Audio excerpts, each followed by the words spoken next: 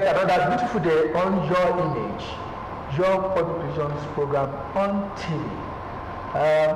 We are back again on the topic of domestic violence, gender issues, and the society.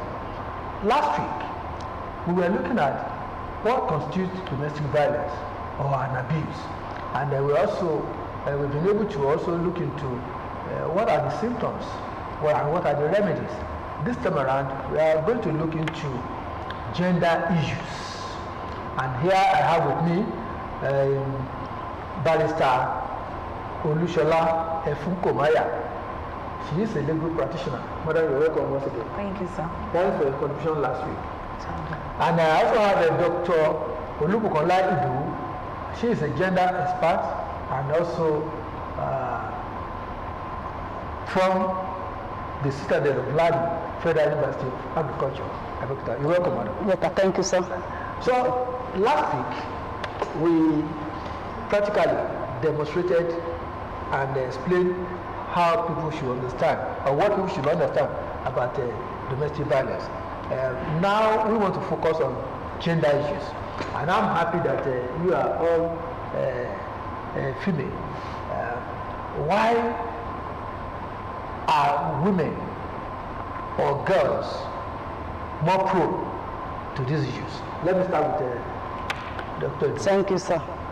Well, looking at the domestic violence, the study have showed us that women are prone more to domestic violence, and then the perpetrator. Why?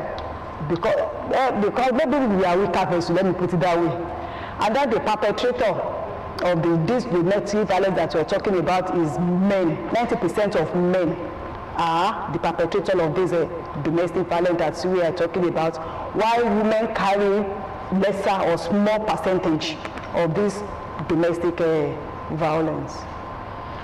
Well, that belief, that philosophy is subject to criticism. We may not conclude on that. Okay, then I ask the lawyer, do you agree that because women are weaker vessels, and that is why they are the victims? Yes, because a school of thought also has it that so men are recipient of domestic violence. Some women are also overreaching, Yes. and that is the cause for all this domestic violence. How do you explain that? Like the first question is, yes, women are largely the victims of domestic violence. Like my doctor said, that probably because they are weaker vessels. Yes, that is the large contribution to that. Then on the other hand too, you have in a few percent, because domestic violence, first thing I want to make clear that domestic violence is not gender based. Okay. It cuts across. Yes. It goes either way. They're just that it thinks more on the ladies' side as victims. Then, okay. No. Go. Okay. So then there are few occasions or instances that have been recorded that men are on the receiving end. But on the physical aspect of it is not much, maybe 1 out of 10. But the other aspect of abuse that women hold the power, probably in terms of economy, like the economic power or social power. So there you have this economic abuse, violence, social violence.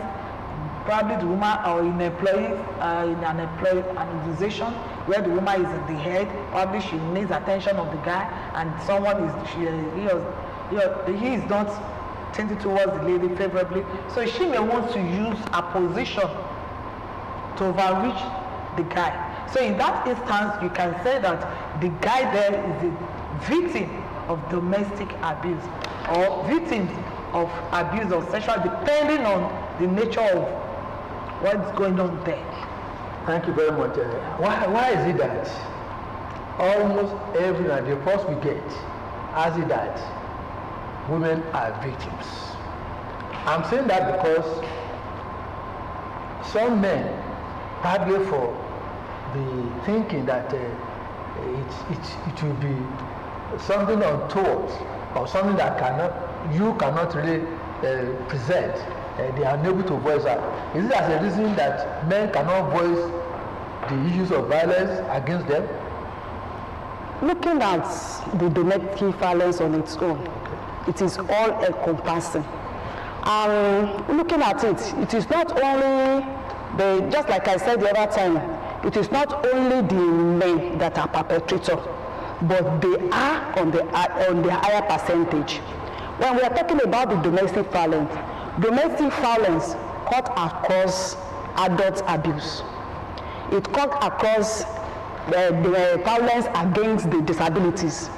Okay. It cut across the violence in the place of work. It cut across the child abuse, and it also cut across the sexual and then the cutting abuse. So all these things, looking at it, has different perpetrators for each of these domestic violence that I have just mentioned. So when we're talking about the adult abuse, looking at it, we see that the children are their most perpetrator.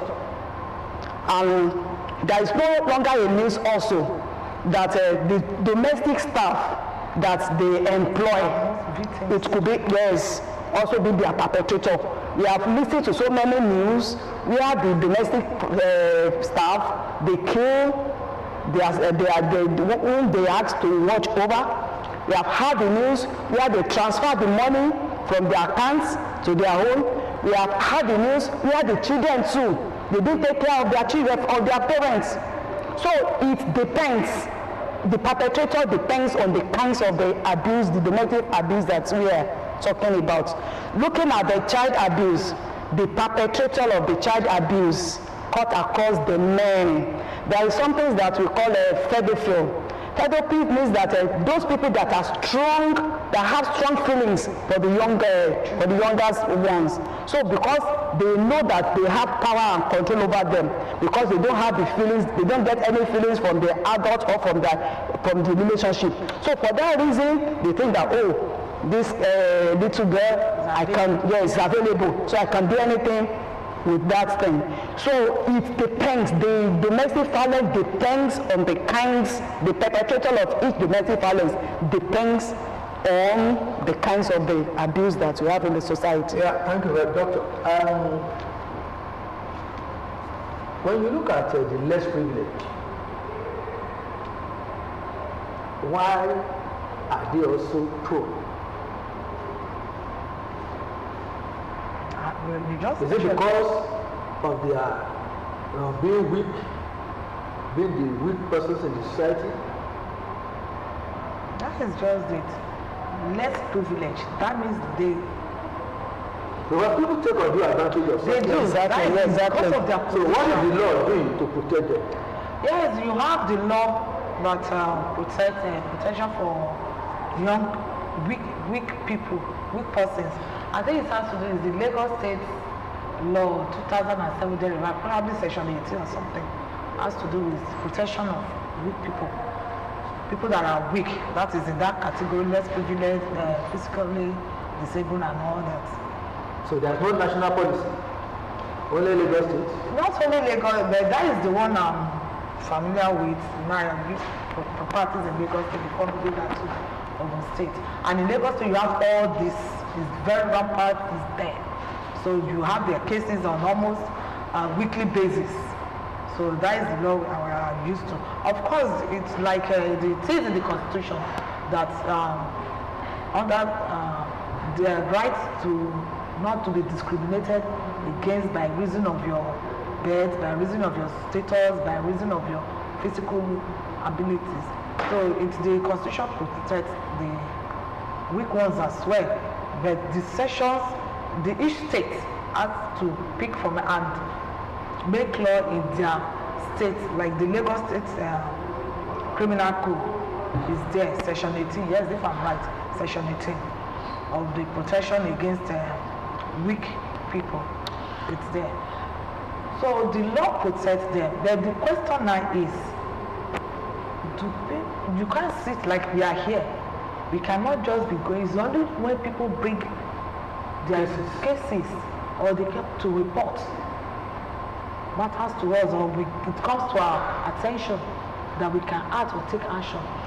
Which organizations can these people approach when they are having issues like this? Yeah, one of such organizations is Mercy Lake. There are non-governmental agencies. Then when you talk of government agency, you have the police is there. Then you have social welfare, like the women affairs is there. Then you have, now recently you have the human rights human rights offices. You can approach them as well. They are there too. So you can also approach, the office of the public defender is there, and there are non-governmental organizations like Mercy Lake is also available. So you can approach any of those people if you find yourself in such situation. Madam, we have often found out that at times some people are the originators of all this violence that we are talking about, attacks and the like. How do you hope to address this issue, particularly the modern day young ladies, the way they dress, the way they appear in the public and the like? That is another issue on its own, because there is need for the society or the government to address this issue, the way ladies dress. Because sometimes somebody was telling me that men are attracted with the way ladies dress. But when we are talking about the lady, they are being attracted with what they hear. So just like the child abuse too, they are being affected with what they see, what they feel, and what they think, and what they experience. For instance now, if a parent is wearing a spaghetti dress for a child, a girl child, by the time she is growing up, she will think that it is normal for me to wear a spaghetti, to be showing my cleavage, simply because right from her babies, the mother has been wearing, exactly. So she has been seeing it, that this is how my mother dressed for me. She has been experiencing it, and then she has been feeling it. So that thing will definitely affect the cognitive of a girl child. So there is more for the government to do to address. If by the time they disgrace them publicly, if by the time they flog them openly, maybe by doing so, I think the way they dress, even the use of the men doing dread outside there, is nothing to write home about. It's nothing to write home about, because all these things did not portray a good example of a society. Thank you, madam. An issue just came up, and we are quick to be referring to government. Exactly. Government. What is the role of the family? Yes. And that is just one. Two, Government can enforce the law. when we say that law enforcement agents should apprehend, of course, some lawyers will also come up to see that there is a fundamental human right, there is a free movement, free association, free this and all that. So how do we overcome all this? Like, first thing I want to address is that the way a lady dresses is not an excuse for a man to sexually harass the lady or It attracts them. it's not an excuse, and it's not even a defense. You cannot go to court and they say because there is not the way she was dressing, that's why I sexually harassed her. No, it is not. If you dress, good luck to you. But the one thing I know, fine, the culture, the mode of dressing. Society frowns at indecent dressing. So how do we describe indecent dressing? That is the question. How do you describe the decent dress? You said showing, like Madam just said, that showing of cleavage, love, stuff, and everything. The question now is, if I'm going out and I have an occasion, probably I'm going for a picnic, or I'm going for an exercise, I'm going for a party. It's different the way that we dress, that I'm going to an office, I'm going to work. So if I'm going to a party now, I'm at the bus stop, trying to flag down a cap. So you now come to me and tell because you are attracted to I'm attracted to the way I'm dressing and you start advancing me. No. I hope that's not a women liberation issue. Constitution protects the woman that I cannot be discriminated against because of or is it because of the influence of the global village? Everything. How do we So like they mentioned something that the home is basically responsible, not the government. Yes. It's the family. He said charity begins at home. Yes. So it's the family where this decade started from. It's the family. So you cannot put the blame on the government. There is nothing the government can do. No, just to enforce the law. But there is a Yoruba adage that it is very difficult to. The way you appear is You will be addressed. You will be addressed. Well, But it has to be noted that your manner of dress is not an excuse. The way a lady dress is not an excuse for sexual abuse. Well, that's a good excuse for some of the ladies, but it also has a far-reaching effect on the You try, you go to court, you face the law, you dance to the music. So you cannot put that as a defense and it will not avail you. Okay. What our concern here is how to keep the society going, how to ensure that there is sanity and that the culture, values, and tradition we are Africans must be sustained. Maybe that's why people are advocating that there's need for more education, more orientation, so that we can be able to address ourselves, project our culture, operate within the framework of being African. So okay. See, if we should go that way, Africa, how do ladies dress in Africa before they have it on them? Similar white man. The modest way, no? The modest, they dress in the modest manner. Yes. Yes. They have their body exposed. Yes. Have you not watched all these Igbo movies? The only place they cover is their boobs and their private parts. Every other part of their body is opened. And the men, they go about their work and business, they don't abuse them. So what is the problem? What is the problem now? Yeah, the problem now is what do parents, because of now, like when we were growing up, our parents don't have time to tell us what to do and what not to do. But now parents don't have the time. So moral education is no longer from the home, moral instruction. Okay. So what do you have to say to that? Just like Madam said, my parent doesn't have time to take care, to educate their children again, and the value starts from home, and then the little you can address your children will go a longer way. Don't do this, don't do that. This is how you should do it, this is how you should do that. But now, what the parents expect that the children should be taught in the school. School cannot be taught, everything cannot be taught in the school, at school.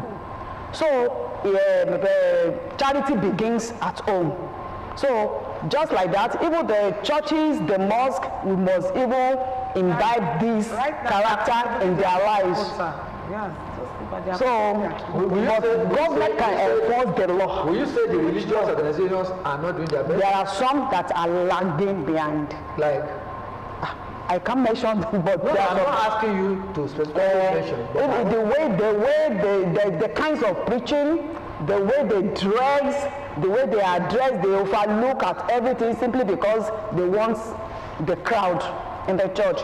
So the kinds of messages is somehow watering. Yeah, like some pastors that most pastors are motivational speakers. Yes. Call themselves pastors that they are preaching. Whereas what they are giving is motivation, trying to motivate the youth or people to do this, to do that. But what I'm saying is that, like, to be fair, churches, religious organizations, they are contributing their quotas in order to reduce this societal heat in order to don't, they are preaching against it, using the Bible and the Quran. They are also organizing seminars as well. Then you have non-governmental organizations. They are doing that. There was one I watched on the TV. I think it was organized by the Federal Ministry of Women Affairs and Poverty Alleviation, something. They are educating the women, trying to empower them, and they're asking them not to be jobless, not to have something doing. The part of the things that contributed to domestic violence is joblessness. Exactly. Well, I want to be funny now. How do you address or advise men to curb this issue of gender violence against them? Like, what we can do, best advice for men is to tell the man, don't beat your wife. No matter what you do. 3 ways to avoid and curb your anger. Is it that you keep silent or you walk away? So the best you keep silent or you walk away. Yeah, that's good. That's good. I also want to say that the fear of the Lord is just the beginning of all, is the beginning of wisdom. If there is fear of the Lord, by the time you are about, maybe you want to commit any sexual abuse, the fear will just be there for you that what I am about to do is not of God. That's an area that I really want us to touch, more so that the thing affects care of the young ones. How do we protect our young ones, talking about babies and the like in the homes? Teaching them, because for instance now, if you have a girl child, telling them that you don't allow a boy child to tap your bum bum. Tell them that a boy child, you should not sit on their lap. Teach them that they should not touch their breast. Even teach them the kinds of dress that they should put on. And the most important thing is that they should speak up. Any role for the technology? Yes, like you have some dramas. Yes, exactly. Well, we can't all tackle the issues concerning domestic violence or domestic abuse, so to say.